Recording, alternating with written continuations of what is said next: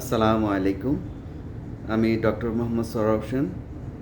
তো আপনারা দীর্ঘদিন ধরেই জানেন আমি একটা সামাজিক ইস্যু নিয়ে সোচ্চার, কারণ এটা আমাদের সন্তান বংশোদ্ধারদের বিষয়, মোর ইম্পর্টেন্টলি আমাদের আইডেন্টিটির অংশ। তো যেভাবে সারা ওয়ার্ল্ডে এই আইডিওলজি, যে কৌমূল্যতের আইডিওলজি, এটা সাধারণভাবে আসে না।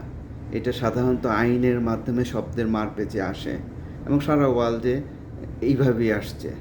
ইভেন এটা জাতিসংঘের মাধ্যমে বিভিন্ন শব্দের পরিবর্তন করে এসছে।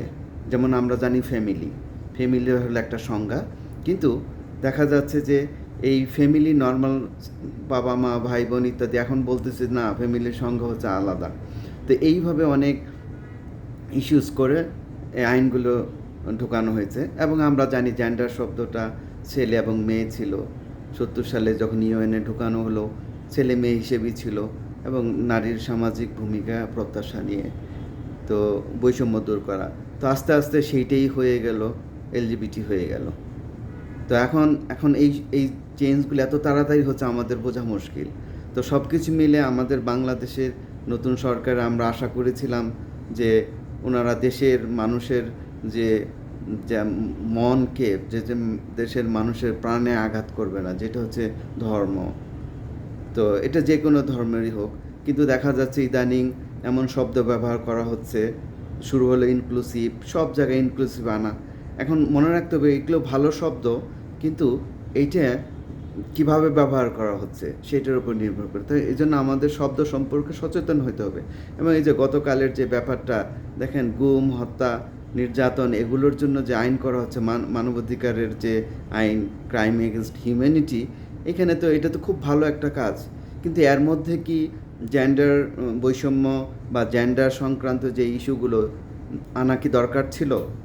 এটা নতুন অ্যাড করা, এটা এখন আপনি মনে করতে পারেন জেন্ডার মানে ছেলে মেয়ে না, জেন্ডার মানে ছেলে মেয়ে না, এটা 10 বছর আগে ছিল, এটা চেঞ্জ হয়ে গেছে।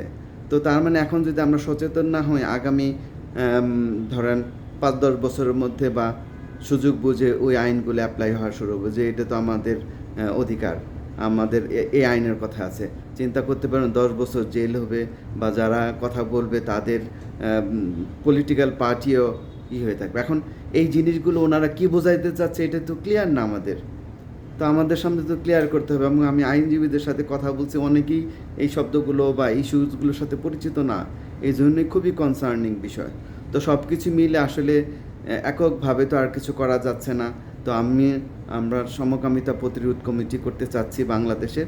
এই জন্য যারা আপনার ইউনিভার্সিটির প্রফেসর, আইনজীবী, তারপর মেডিকেল ডক্টর এবং যারা ফেসবুক সেলিব্রিটি আছেন, তাদেরকে নিয়ে কমিটি করতে চাই। দিন শেষে মনে রাখবেন, আমাদের সন্তান বংশধরই আমাদের বেঁচে থাকার প্রেরণা।